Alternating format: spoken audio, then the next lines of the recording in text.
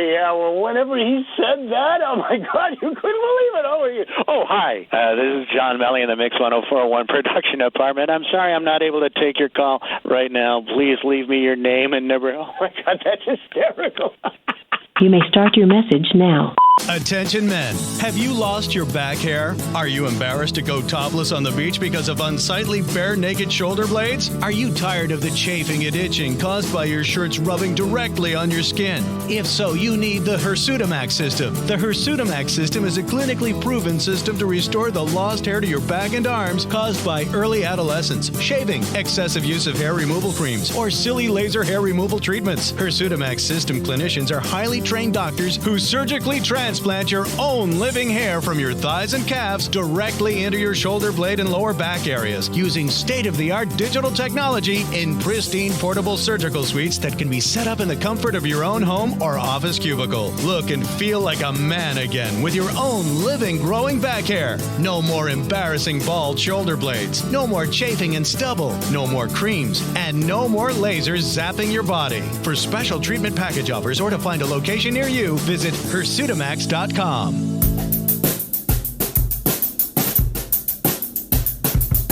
Hey there, it's John. How are you? Thank you for spending time with me today. I do appreciate it. I am so excited to be back producing the podcast. I have cleared the decks. I've made some planning. I'm in a good spot here.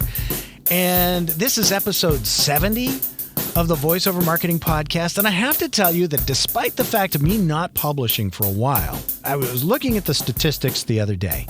And there has not been a single day since the last episode that there weren't some downloads of the VoiceOver Marketing Podcast, which is pretty darn cool. And I want to thank you for that. I want to welcome you to this episode, and I want to welcome you if you have recently joined the VoiceOver Marketing Podcast group on Facebook. Most folks are playing by the rules there. I have some ground rules about what you can and cannot do. We don't want angry. We don't want rants. Polite, civil disagreements are fine, but we want polite. But here's the thing. I also have a couple of questions that I need you to answer. So it's, how long have you been in VoiceOver? Are you just getting started? And I can't remember what the other one is. But basically, I want to get a sense of who is joining the group, because that helps me decide how and what I'm going to cover. And if you do not answer those questions, if you just ask to be part of the group, if you can't take the time or can't be bothered to answer the 2 quick survey questions, I don't let you in. You got to jump through at least one hoop, right? Here's a tip too. Also, if you join the group, we love to hear your demos. We love to see your videos. If you just want to share and all that, that's awesome. My advice to you, though, and I mean this with all due respect and with all intention of helping you, I would not recommend you put your demo on that group looking for voiceover work. It's a nuanced approach, I understand, because you're marketing yourself, but you're also marketing yourself amongst a whole bunch of other voiceover people who have demos and projects that they want to do. So if you're looking for critique and review, that's one thing. Again, I'd submit it's good in one sense in terms of production value and perhaps performance. But what really makes a good demo is if it makes you money, right? That's what we're doing this for. It's a VoiceOver Marketing Podcast. And this dovetails nicely into what I want to talk about today. But before I start, I just got to get this off my chest. This is so stupid. It has nothing to do whatsoever with voiceover. Probably more of a reflection on me and how my mind works than anything else. But I have to ask you, and please let me know if you've shared a similar thought. I know I'm going to get pushback on this and flack, but this has been on my mind for a long time, and I just have to ask, because I know you'll tell me. Are there cars in your area, in the area that you drive in your part of the country, where there are bumper stickers or placards or some kind of a sign that lets you know that there is a small child within the confines of that vehicle? Like baby on board. And I'm not talking about the Vegas baby on board sticker. I'm talking about the one that looks like a caution sign. Caution, baby on board. Like there's look, there's a baby on board sign. We must give that vehicle a wide berth. Drive around that car. There's a baby inside. I want to know, if I put one of those on my car, is there a noticeable difference with how people drive around you? If you've got a small child and you have one of these baby on board stickers, stay away from me. Caution, my precious little one is inside. I love kids, don't get me wrong. I'm not being that mean, nasty man who doesn't like kids. I love kids. But it's just like this whole, maybe it's the whole looking at helicopter parents. My family is in education, and they deal with a lot of helicopter parents. Their little cherub is perfect in every way, shape, or form. Come on. I'm not perfect, and I was a cherub once, and I wasn't perfect back then. There was plenty of stuff that I did. And your kid's the same way. You know it. Anyway, maybe I should test it. Maybe I should put a baby on board sign in my car just to see if people drive differently around me. Anyway, totally not related to voiceover whatsoever. But thanks for letting me share. I do appreciate it.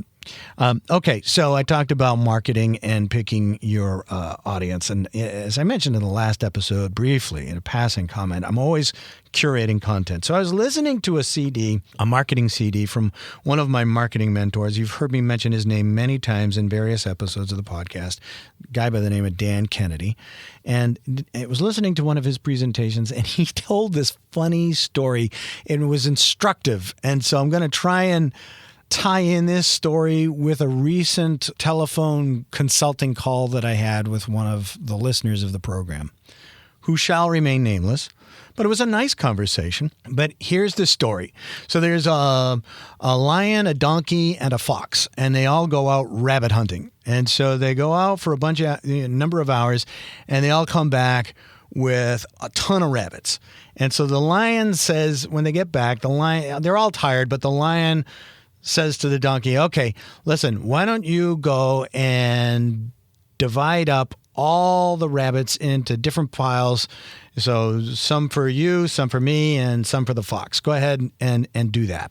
So the donkey goes and he sorts out all the rabbits. He makes a pile for the lion. He makes a pile for the fox, and he makes a pile for himself, the donkey. And so he goes over to the lion and the fox and he says, okay, I've divvied up all the rabbits. Here you go. And so the lion walks over and sees the piles. He promptly goes over, kills the donkey, eats half of them, and then throws the rest of the donkey's body up on his pile of rabbits.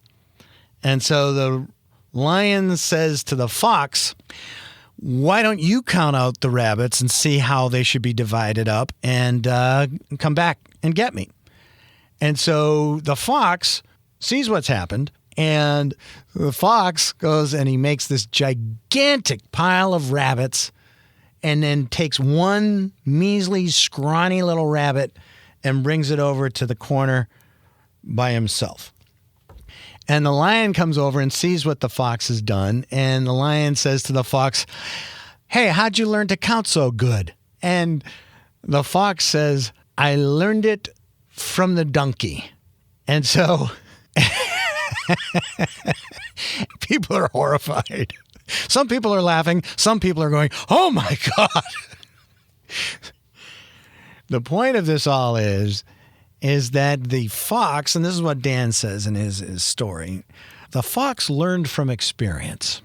And so I want to talk about experience and who you get your advice from and who you may go to for information and how you choose getting your information and the sources that you get your information from. So I just want to paint that in the backdrop. So this may sound self-serving, but I want to let you know that, and I think one of the reasons why we have so many listeners to the show is that I've been at this a while and I've had a lot of experience. And the people who I invite onto the show have had a lot of experience in whatever the area of expertise that they bring to the show. Expertise in marketing, coaching, planning, goal setting, business acumen, all kinds of good stuff. I try and bring a whole package of things. I talk about health and nutrition because we're the product, right? And a healthy body means a healthy voice. Really, what I want to talk about is how you choose your information sources and how you place a value on that. So how does this relate to the call that I had with a listener last week? So I received an email. I think it was on my birthday. I got a couple of emails. I got a really cool email from a past coaching client saying how much more business he had achieved over the last year. And he had remembered it was my birthday, and he had sent me a birthday greeting, and he just gave me an update. It was awesome. I loved it. It was so cool. And then I received another one, and it was a question on voiceover coaching, how to get into voiceover. And normally those questions are rooted, if you're a Yankee like myself, routed through Mike. Mike at johnmelly.com. And more often than not, Mike will reply with, John is a busy dude. If you want to talk to him, he has coaching hours available. But I got this email on my birthday, and it said, should I invest in, I'm just going to say it. Should I invest money in what I call a voiceover demo mill opportunity? And, it was going to be like $1,500. And I couldn't let it go. I replied back with an urgent, and I just said, please, whatever you do, do not spend your money on that. And, we've all heard it. I don't know the name of the company that she was considering, but we've all heard about them. There are several of them out in the marketplace, and I will probably annoy the heck out of somebody with what I'm about to say. But I'm going to say it because I think it's the right thing to do.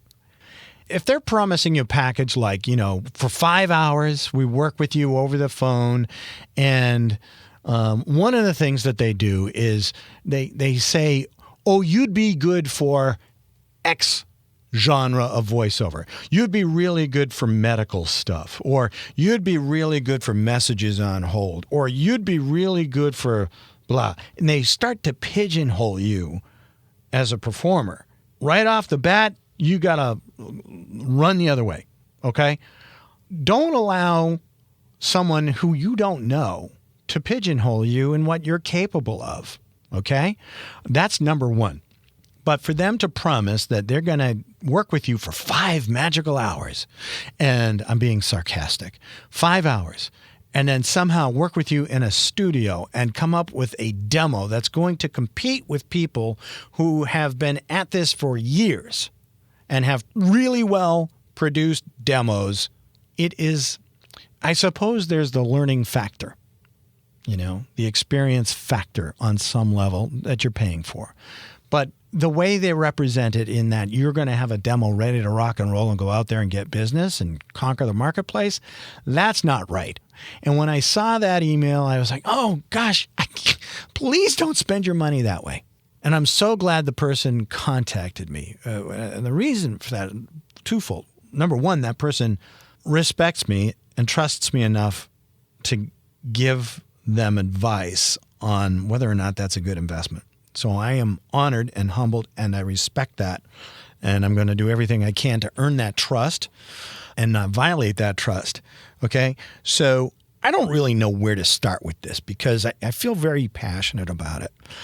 I'm not insulted by the people who go for that type of opportunity. What I am insulted by is people offering that opportunity to people and selling that to people when the prospective customer doesn't really have a handle of what it takes to be successful. And I resent that on the part of that type of business, but I also resent it from the perspective of someone who has worked years and invested a lot of money and time and practice to get to where I am and where you are. And I think part of the chip on some people's shoulders with regard to this and the pay-to-play websites that I refer to as the voiceover commodity marketplaces is the fact that people who've been at this and make a living at it have worked really hard. And these other things just kind of cheapen what we do. Harsh, I'm sure, for some of our listeners to hear me say that, but true. And I can't tell you the number of people who've walked in my door as a coaching client and they've brought me their demo and they know it. They come to me going, I'm not getting anywhere with this demo. I don't think this is working for me. And I can tell within the first 10 seconds why it's not, They're not ready. And the production is kind of tough. And the music selection is kind of tough. And the copy selection is kind of tough, All those things come together to make a demo. And they've spent a bunch of money. And this person told me that they went to some continuing education community type class, and they went and stood in front of the class and read a script, and the person there said, "Oh, you sound like you could do," I think the example this person was told, you could do fur coat commercials. I'm not making that up. How many fur coat commercials have you heard or seen, except for around Christmas time? Set aside the ethics of whether or not you think fur coats are cool or not. There's just not the market there that there used to be. So I have to question, and this is where I go crazy about the pigeonholing. I'm so glad this person didn't spend any money on something like that. And what did I do? I talked to them about what they're interested in. I redirected this person to someone else. I said, if you want to do this particular type of voiceover work, then you need to go see this person. And they're the best at it. And here are the reasons why they're the best at that voiceover genre training. And I listed off, half a dozen reasons why. You've got to be careful who you choose your information from. Who do you get your information from? And how do you assess it? The people I bring on here have experience. I've been with the current station I'm in my 19th year. And I started in radio over 25 years ago now. So I got some time invested, and I've learned a lot. And I say that because I'm proud of it. But I also, I don't think I do it to brag, but I do want to let you know that I've seen this. I've seen a lot of things. I've seen a lot of scripts. I've seen and performed a lot of copy. I know what works. I know what doesn't work. I know how to take what somebody else has written and make it sound like I wrote it or I'm just speaking naturally. Not only that, I can do it in various ways. And that's what a voice talent needs to be able to do. And that's not something that happens in 5 hours. Some people are gifted with a beautiful, resonant, deep, distinctive, or beautiful soprano, distinctive voice. It sounds like they're singing when they speak. I don't have that. I can do a lot of things with it, but I don't think of my voice as particularly like, oh my gosh, listen to his voice. I'm not Don LaFontaine. I don't pretend to be. Well, sometimes I pretend to be because it's fun to do. But be careful who you choose your information from. What experience do they have to back it up? Now, one of the things I started to talk about this process of the person went through. They went to this adult education thing. They stood up there and they read a passage for a minute and a half or something like that. And the person said, oh, yeah. And then I think I talked about this with James Alberger in one of the previous episodes where they go and they get a bunch of leads from this. It's basically a lead generation thing. And I'm fine with lead generation. I do it with my business. I do it with my podcast and all of that. But I try and think I'm being pretty ethical about it. And here's where the problem starts to creep in. It's like, then she gets a follow-up call, says, hey, you took that adult ed course and we think you'd be really good.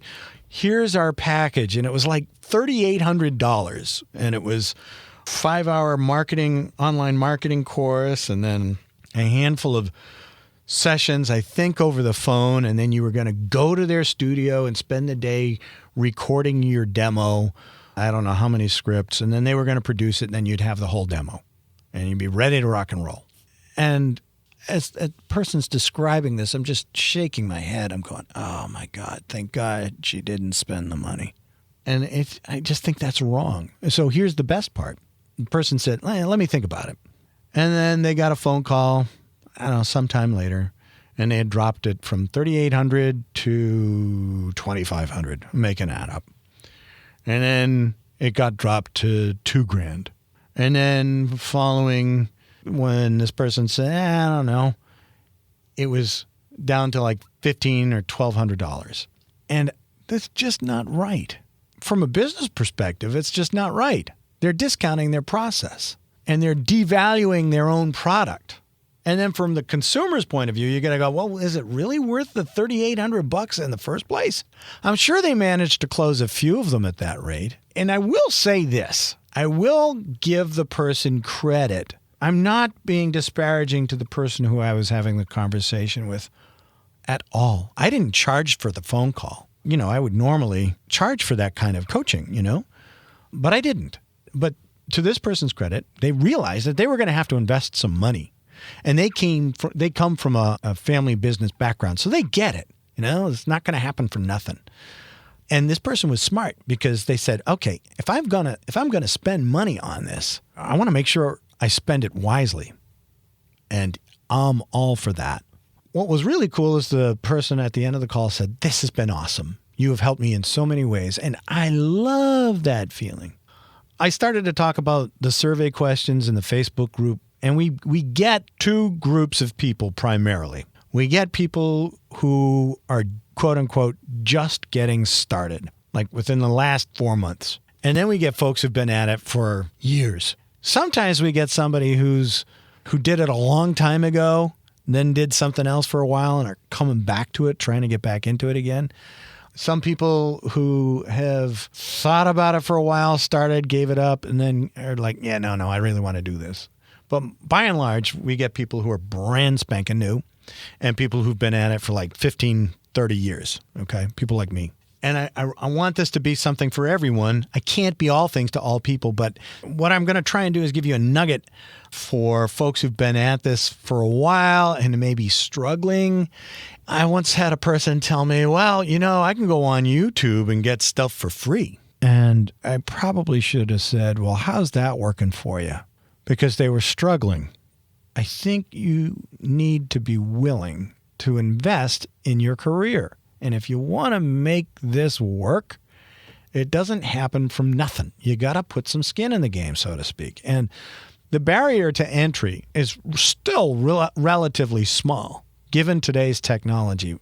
So give you an idea. I think I've told you in past episodes, my family used to have a retail business. It was a stationary social printing business. We sold greeting cards, wedding invitations, birth announcements, all kinds of stuff. And so we had a retail location. And so for every month, first of the month, rent was due. You had the electricity. You had the insurance, not only on your inventory, but on the physical structure within the business. You had the phone bill. You had the employee workers' comp insurance. You had liability insurance in case somebody tripped on a rug or whatever, this, that, and the other thing. And then you had employees. You had inventory that you had to buy. You had to have supplies for yourself. You had to account for taxes, payroll taxes, withholding, all of that kind of stuff.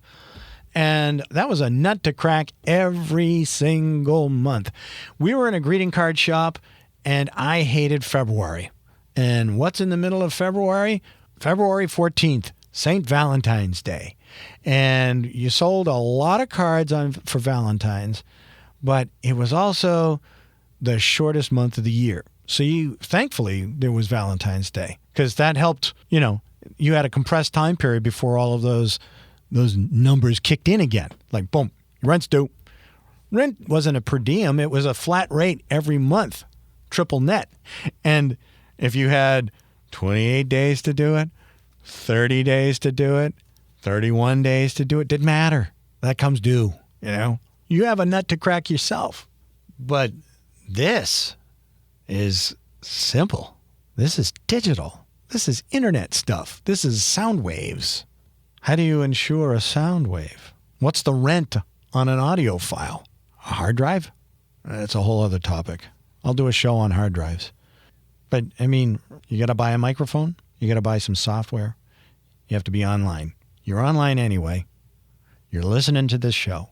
So the cost to entry is relatively low. And you have to look at your education and your training and the workshops that you take and the auditions that you make as the cost of doing business. It's that simple. Nothing's free. And even if you're spending time on YouTube getting quote-unquote free information, you're still spending time looking at that information, taking it in, and have you validated the quality of the information that you're getting for free? This podcast is free. There's stuff on the back end of it that if you want to pay for, you can. This is pretty good content for free. But I've told you I've got experience behind it. I'm not just making this up. I didn't start the podcast after 1 year of being in voiceover. I started the podcast because I was doing podcast intros for all of these other big names in podcasting. If you've listened to Pat Flynn, Smart Passive Income, The American Warrior Show, Amy Porterfield, Michael Stelzner, any of those people, that's me. I fell in love with the medium. I was like, I can do this. I want to do it. What will I do it on? Well, what am I interested in? And there's the key. There are ways to differentiate yourself that are unique to you so that you're the only one. I'll do another episode on that, how to differentiate yourself. Free is not free. Free takes at least time. And I'm going to raise my hand again. I've said this before. How many of us have downloaded a free PDF and report that we've never looked at? That's just sitting somewhere on our computer, taking up memory. And we've never looked at it because there's no pain for not doing it. Paying money makes you a better student. Paying money, this is why this whole free tuition thing, I don't want to get political, but it's just, to me, it's pandering, and it reduces the quality. It reduces the value for what folks my age did. We saved money and we went to college, or you got scholarships. You applied for that. You put some effort into it. It meant that much more to you. I will talk about that. Nothing's free. And if it is free, then you treat it as free. You don't treat it as important. I remember my parents taught me this lesson a long time ago. When I was a kid, I wanted a bicycle in the worst way. And I used to get made fun of all the time in the neighborhood because I was 6 years old and I was still riding a tricycle. And why did your parents want to let you have a bike? And I remember one year I said, I am getting a bicycle for my birthday or for Christmas. And I basically I declared it. So my birthday is very close to Christmas. And birthday came around. I was 7 years old and no bicycle. I was like, well, I still have Christmas. I'll hold out for Christmas. Christmas morning, went downstairs and there was this beautiful blue bike. Oh, God, I loved that bike. Now, the thing is, it was December and it's winter. And so that thing sat in the basement for 3 months. And I remember my dad coming out of the front of the house, holding the bicycle in one hand, and he's opening the front door, coming down the stairs. And I thought, oh my gosh, am I going to learn how to ride that bike? And so then I rode that bike and rode that bike and rode that bike for years. And then I got to a point where it's like, I outgrew the bike, but I still wanted to ride it anyway. But I knew I needed another bike. And so I said to my folks, I said, I need another bike. And my dad said to me, first one was on us. Next one, you buy. And I was like, okay. And so I cut the grass. I shoveled driveways. I caddied. I did all this stuff and I saved up for a 10-speed bike. Remember those 10 speeds with the drop handlebars? I loved that bike. I took so much care of that bike because I spent money. I saved. I worked. I earned that bike. The thing is I was really motivated because, like I think I've told you, I'm the oldest of 5. And so Mom didn't have time to be chauffeur, So in order to do all this stuff to make money, I walked everywhere. So I walked around the neighborhood, sometimes pushing the lawnmower. Sometimes if the people who owned the house that I was cutting their grass for had a lawnmower, I'd use theirs. But most of the time I was pushing my dad's lawnmower around the neighborhood with a rake balanced on it and a gas tank balanced on the arms, on the handlebar and all that kind of stuff. And Dad's rule was keep it full of gas and do my lawn first, and then you can do whatever you want. And so I did. And so I was pushing that thing all around the neighborhood, and I was really motivated for a bike. And going to the golf course to caddy, I had to walk to the golf course, which was not close. And then I walked around the golf course with golf bags and then walked home. So I did a lot of walking. Anyway, a bike was really going to help with that a lot. Even when my first year working as a meat cutter up in Maine, I biked almost 5 miles to and each way, uphill both ways, to and from on my bike, on that bike. That bike made me so much money. I loved that bike. I took care of that bike because I bought that bike. I valued it. It meant something to me. And that's what investing in your voiceover career can do for you. And so choose wisely on who you spend your money with. Choose wisely on who you associate with. Verify that the information that they're giving is worth the investment, not if it's for free, investment of your time, because that's still something. You're never going to get that time back. So anyway, we started off with lions, donkeys, and foxes and rabbits, and we wound up with bicycles. But somehow I think I've kind of spun that into some kind of a coherent piece of advice. Anyway, I got more stuff coming up for you next week. Stay tuned. Keep your comments and questions coming. I'd love to hear from you. Thank you so much for investing your time with me today to listen to this episode, and I will talk to you again real soon. Take care. Our program originates in the Boston studios. We hope you'll join us again. Until then, we bid you au revoir, keep your chin up, and the best of luck. Well, that's it for this episode of the VoiceOver Marketing Podcast. If you like this podcast, please subscribe to it at voiceovermarketingpodcast.com so you'll get notices of new episodes, and please share it with your friends and colleagues in the voiceover world. Also, it would be a huge help if you'd like this podcast and rate it on iTunes to help keep it near the top of the list. Feel free to share your comments and questions about this episode and future topics you'd like discussed at voiceovermarketingpodcast.com. And if you'd like more information on one-on-one coaching with me and mastermind group opportunities where we focus on growing your business, feel free to drop me a line at my cyber assistant's email address at mike@johnmelly.com. Thanks for listening. Now go out there and share your voice with